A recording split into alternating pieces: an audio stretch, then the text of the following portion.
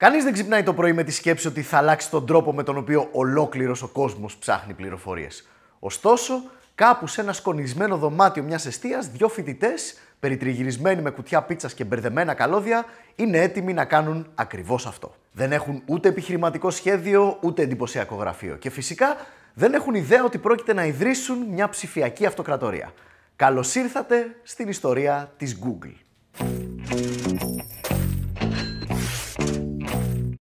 Σήμερα ταξιδεύουμε στην Βόρεια Καλιφόρνια και πιο συγκεκριμένα στο Πανεπιστήμιο του Στάνφορντ το 1995, μια εποχή που το ίντερνετ αρχίζει να κάνει τα πρώτα του βήματα.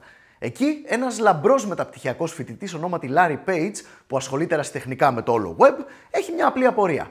Πώς και αν μπορεί να ταξινομηθεί όλος αυτός ο αυξανόμενος όγκος πληροφοριών. Εκείνη τη χρονιά γνωρίζει τον Sergey Brin, έναν άλλο φοιτητή του Στάνφορντ που του κάνει ξενάγηση στο πανεπιστημιακό χώρο.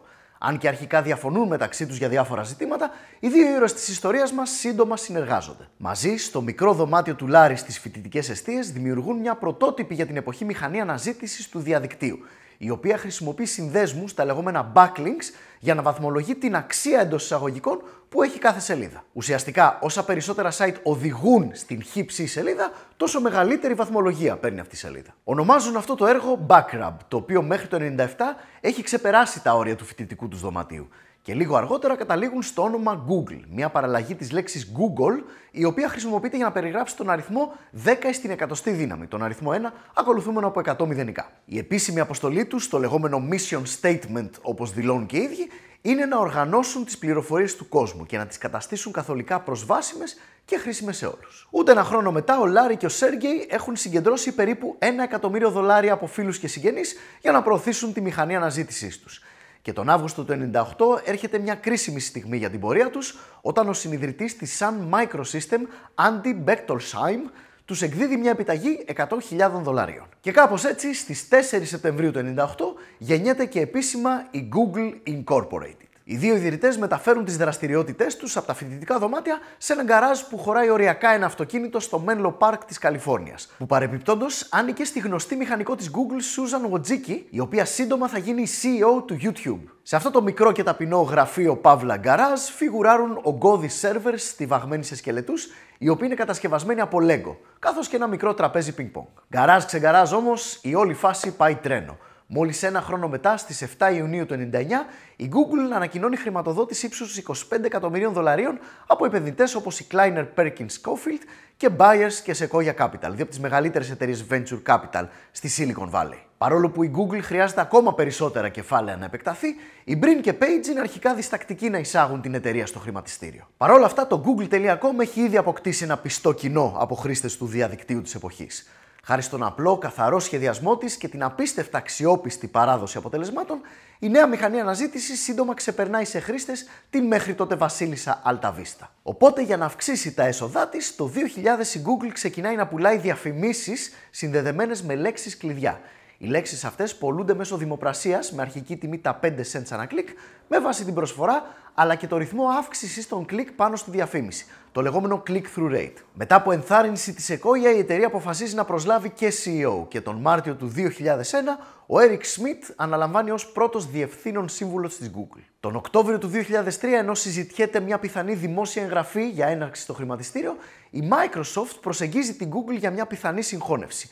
Αλλά τελικά η συμφωνία δεν πραγματοποιείται ποτέ. Λίγους μήνες αργότερα η Google ανακοινώνει επίσημα το δικό της IPO με στόχο να συγκεντρώσει έως και $4 δισεκατομμύρια και μετακομίζει σε ένα μεγάλο συγκρότημα κτηρίων ονόματι Googleplex στο Mountain View της Καλιφόρνια, όπου και παραμένει μέχρι και σήμερα. Το επόμενο έτος η Google υπογράφει συμφωνία για να γίνει η προεπιλεγμένη μηχανή αναζήτησης για την πύλη του Yahoo, γεγονός που ενισχύει ακόμα περισσότερο την ανάπτυξή της. Μέχρι το 2004 έχει φτάσει να επεξεργάζεται περίπου 200 εκατομμύρια αναζητήσεις την ημέρα και το όνομά της έχει πλέον μπει στην καθημερινή γλώσσα, με το ρήμα Googlearo να χρησιμοποιείται στη θέση του ψάχνω στο ίντερνετ. Τελικά η είσοδος στο χρηματιστήριο γίνεται επίσημα τον Αύγουστο του 2004, όταν η εταιρεία πουλάει 19,6 εκατομμύρια μετοχές στην τιμή των $85 η καθεμία, συγκεντρώνοντας περίπου 1,66 δις και μετατρέποντας τον Λάρι, τον Σέργεϊ και τους πρώτους υπαλλήλους της σε εκατομμυρίουχους μέσα σε μια νύχτα. Μάλιστα, σύμφωνα με μια εκτίμηση, ο ίδιος ο Page κερδίζει πάνω από 3,8 δις από την IPO. Σε διάστημα σχεδόν μιας δεκαετίας, από μια startup 2 ατόμων, η Google γίνεται γρήγορα μια από τις μεγαλύτερες εταιρείες τεχνολογίας σε ολόκληρη τη Silicon Valley. Να πούμε εδώ ότι ένα πολύ μεγάλο μέρος της ανάπτυξης της Google δεν βασίζεται στην αναζήτηση σελίδων, αλλά στις διαφημιστικές υπηρεσίες. Αρκετοί αναλυτές σημειώνουν ότι η άνοδος της εταιρείας συμπίπτει με τη μεγάλη στροφή που έκαναν οι παγκόσμιες διαφημιστικές δαπάνες, από τα λεγόμενα legacy media, όπως είναι η τηλεόραση, το ραδιόφωνο και οι εφημερίδες, στο διαδίκτυο. Από το 2000 περίπου η εταιρεία αναπτύσσει προϊόντα όπως το AdWords, δηλαδή τις διαφημίσεις με λέξεις κλειδιά που είπαμε πριν, καθώς και το AdSense, το οποίο εξαγοράζει το 2003 από την Applied Semantics για $102 εκατομμύρια και αφορά κοινή χρήση διαφημίσεων σε άλλους ιστότοπους. Όπως είναι για παράδειγμα τα banners τα οποία βλέπεις στις επικεφαλίδες των σύγχρονων site ή τις κλασικές διαφημίσεις που σου πετάγονται στο YouTube και σου καταστρέφουν την όλη εμπειρία. Το 2007 η Google αγοράζει την εταιρεία διαδικτυακής διαφήμισης DoubleClick για 3,1 δις, εδραιώνοντας με αυτόν τον τρόπο την κυριαρχία της στο display advertising του ίντερνετ. Μέχρι τη δεκαετία του 2010 η διαφήμιση έχει φτάσει να αποτελεί τη μεγαλύτερη πηγή εσόδων της Google. Ένα γεγονός που εξακολουθεί να ισχύει μέχρι και σήμερα, με το 57% των συνολικών εσόδων να προέρχεται από το AdWords και το AdSense, περίπου δηλαδή 175 με 200 δισεκατομμύρια δολάρια. Παράλληλα με τις διαφημίσεις τώρα, η Google αρχίζει να επεκτείνεται με δεκάδες νέες υπηρεσίες. Εισάγει το Gmail, μια δωρεάν υπηρεσία ηλεκτρονικού ταχυδρομείου με πρωτοφανή χωρητικότητα αποθήκευσης 1 GB. Και τα επόμενα χρόνια προσθέτει το Google Maps και το Earth, μια υπηρεσία αναζήτησης με βάση τη γεωγραφική θέση, το Google News που προσφέρει συγκεντρωμένες ειδήσεις, το Google Plus, μια αποτυχημένη απόπειρα της εταιρείας να εισέλθει στην αγορά των social media και φυσικά το γνωστό σε όλους μας Android, ένα λειτουργικό σύστημα για κινητά που εξαγοράζει το 2005 και που σύντομα θα κατακτήσει την αγορά των smartphone. Και το 2006 μπαίνει για τα καλά στην pop κουλτούρα, όταν προσεγγίζει τους Chad Hurley, Steve Chen και Jawed Karim και για 1,65 δισεκατομμύρια δολάρια εξαγοράζει ένα μικρό site προβολής βίντεο ονόματι YouTube. Μέσα από όλες αυτές τις καινοτομίες, πολλά προϊόντα της Google γίνονται μέρος της ρουτίνας μας. Σήμερα το Google Maps, το YouTube, το Android, καθώς και το web browser Chrome που λάνσαρε το 2008, έχουν το καθένα πάνω από 1 δισεκατομμύριο χρήστες. Λίγο αργότερα η Google εισέρχεται ακόμα και στον τομέα του hardware, εξαγοράζοντας την Motorola Mobility το 2012 προκειμένου να πουλάει τηλέφωνα. Αν και αργότερα σκοτώνει αυτή την επιχείρηση και επικεντρώνεται στο λογισμικό. Όπως και να έχει, σε κάθε νέο τομέα η Google καθοδηγείται από τον πρωταρχικό της στόχο: να αξιοποιεί την τεχνολογία για να οργανώνει τις πληροφορίες και να τις καθιστά προσβάσιμες. Μέχρι τα μέσα της δεκαετίας του 2010, η Google είναι μια ολόκληρη σειρά επιχειρήσεων που ξεπερνούν κατά πολύ την αναζήτηση. Οπότε το 2015 οι ιδρυτές αποφασίζουν να αναδιοργανώσουν την εταιρεία. Ο Λάρι και ο Σέργεϊ ανακοινώνουν τη δημιουργία μιας νέας μητρικής εταιρείας χαρτοφυλακίου με την ονομασία Alphabet. Οπότε η Google μετατρέπεται σε ένα πιο λιτό τμήμα της Alphabet που επικεντρώνεται σε προϊόντα διαδικτύου, αναζήτηση, διαφημίσεις, Android, YouTube, τέτοια πράγματα. Και οι υπόλοιπες επιχειρήσεις του ομίλου γίνονται ξεχωριστές θυγατρικές. Όπως για παράδειγμα η Waymo που ασχολείται με τα αυτόνομα αυτοκίνητα χωρίς οδηγό, η Calico που κάνει έρευνα στις βιοεπιστήμες, η Wing που πραγματεύεται παραδόσεις με drones και άλλες. Την ίδια χρονιά ο Sundar Pichai, ο οποίος έχει ηγηθεί πολλών προϊόντων της εταιρείας, ορίζεται διευθύνων σύμβουλος της Google. Και η Alphabet αντικαθιστά την Google ως μονάδα στο χρηματιστήριο, με την Google να γίνεται η μεγαλύτερη θυγατρική της. Περιττό φυσικά να πούμε ότι η Google όχι απλά τρεϊντάρει στο χρηματιστήριο, αλλά αποτελεί μια από τις πιο αξιόπιστες blue chip μετοχές της αγοράς. Αν είχες επενδύσει $1.000 στην Google το 2004, σήμερα θα είχες γύρω στις $66.000, χωρίς να κουνήσεις ούτε ένα δαχτυλάκι. Αυτό όμως δεν πρέπει να σε απογοητεύει, ποτέ δεν είναι αργά να ξεκινήσεις το επενδυτικό σου χαρτοφυλάκιο. Και το μόνο που χρειάζεται για να το κάνεις είναι μια αξιόπιστη και διαφοροποιημένη πλατφόρμα. Εδώ λοιπόν έρχεται η ελεγχόμενη διεθνής επενδυτική πλατφόρμα και σπόνσορας της εκπομπής Freedom24. Μια από τις μεγαλύτερες στην Ευρώπη, η Freedom24 προσφέρει επενδύσεις σε περισσότερες από 40.000 μετοχές, πάνω από 3.600 ETF, δικαιώματα προαίρεσης αγοράς μετοχών και άλλα χρηματοπιστωτικά μέσα. Όπως για παράδειγμα ETFs χαμηλού ρίσκου σαν το VUAA που ακολουθεί τον αξιόπιστο και αποδοτικό δείκτη S&P 500, όπου παρεπιπτόντως έχω επενδύσει και εγώ. Ή ακόμα και πρόσβαση σε εταιρικά και κρατικά ομόλογα υψηλής απόδοσης, δηλαδή κατηγορία Β, συν και άνω, με ελάχιστο ποσό επένδυσης μόλις 1.000 ευρώ. Αυτή τη στιγμή με τις αγορές να αλλάζουν συνεχώς, είναι πιο σημαντικό από ποτέ να αρχίσει να χτίσει το χαρτοφυλάκιό σου νωρίς και να εκμεταλλεύεσαι τις ευκαιρίες καθώς αυτές εμφανίζονται. Και αυτή η προσφορά κάνει εύκολο το ξεκίνημα χωρίς μια μεγάλη αρχική επένδυση. Αν επανατοποθετήσεις χρήματα στο λογαριασμό σου μέχρι τις 31 Δεκεμβρίου, μπορείς να λάβεις ως και 20 συμμετοχές αξίας μέχρι και $800 καθεμία, χρησιμοποιώντας τους κωδικούς Welcome 1, Welcome 5, Welcome 20 ή Welcome 50. Τα χρήματά σου προστατεύονται πάντα από την νομοθεσία της Ευρωπαϊκής Ένωσης και είναι ασφαλισμένα έως 20.000 ευρώ. Μπορείς να βρεις όλες τις λεπτομέρειες σχετικά με την προσφορά, καθώς και ένα link για τη δημιουργία ενός νέου λογαριασμού στην περιγραφή και το pinned comment.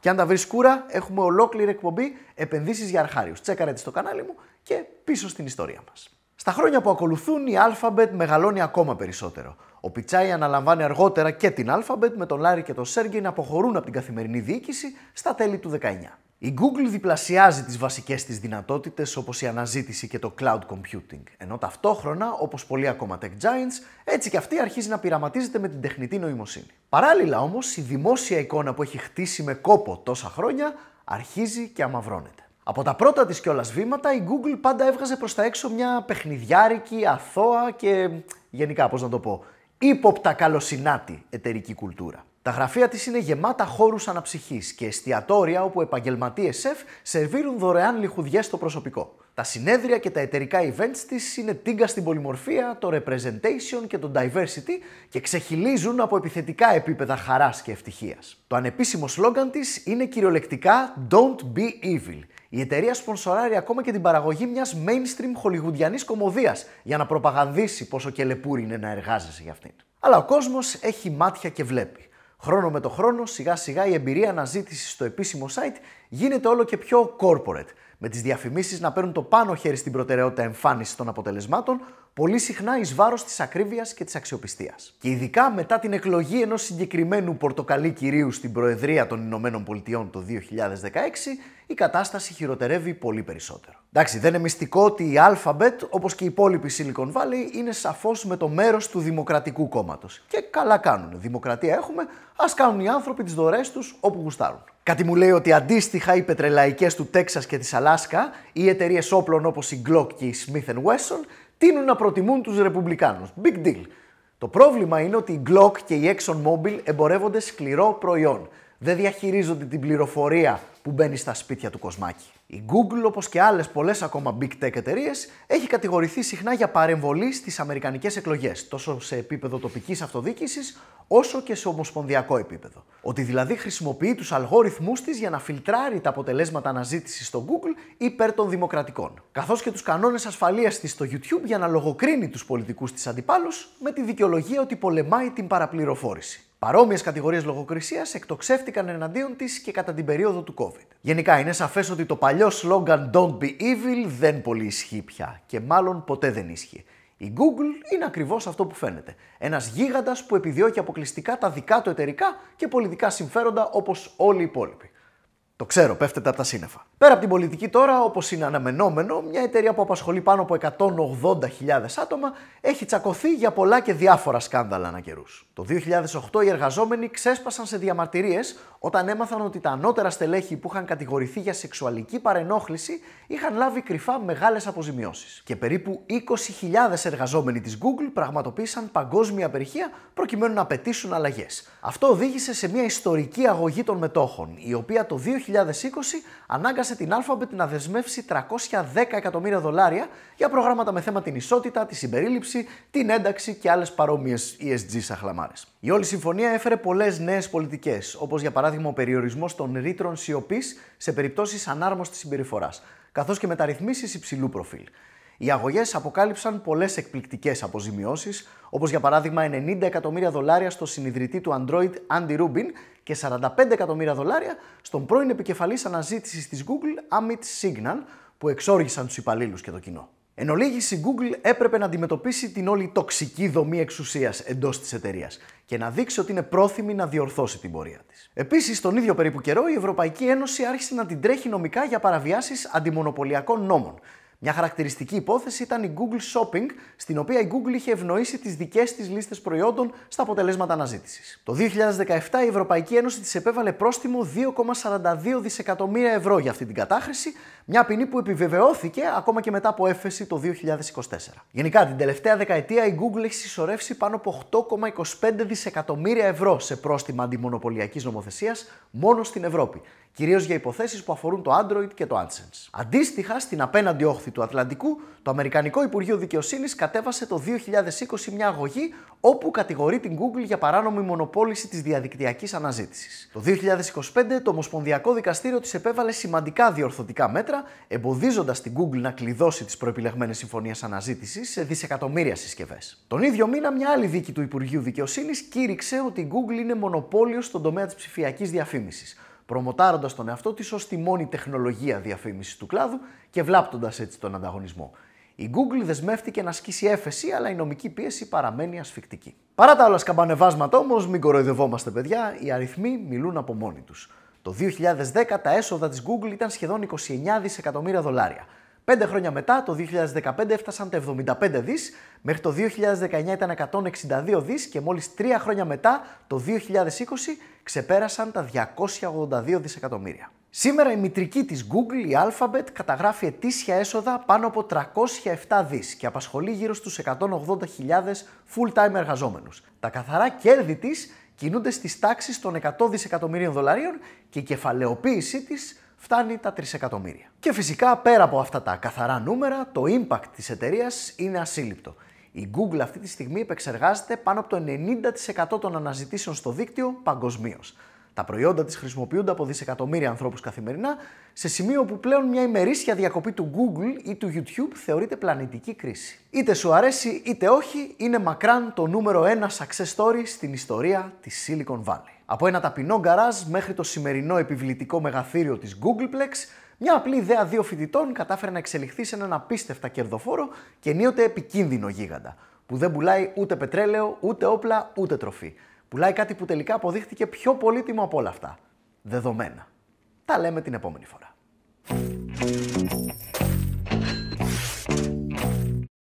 Κυρίες και κύριοι, η solo παράστασή μου stand-up comedy, το διαβόητο Incorrect που σαρώνει την επαρχία εδώ και 2 χρόνια, ήρθε επιτέλους στην Αθήνα. Κάθε Τρίτη στις 9 και 4 το βράδυ σας περιμένω στο Loft του Fridays, στο Σύνταγμα Παύλα Μοναστηράκη, εκεί στην Καπνικαρέα. Πού είναι η Καπνικαρέα και πάει αυτό το στενάκι μεταξύ Καπνικαρέας και Μητροπόλεως. Ξέρουμε, ωραία, στο κέντρο. Η παράσταση έχει νέο οπτικοακουστικό υλικό, καινούργια κείμενα και κάποια all-time classics. Και πάνω απ' όλα έχει την παλιά καλή καφρίλα και political incorrectness με το οποίο σας έχω συνηθίσει και σας έχω καλομάθει, θα έλεγα. Εισιτήρια μπορείτε να βρείτε στο Viva και στο link στην περιγραφή. Κάθε Τρίτη, 9 και 4, Fridays Loft Καπνικαρέα, Incorrect Stand-Up Comedy. Σας περιμένω.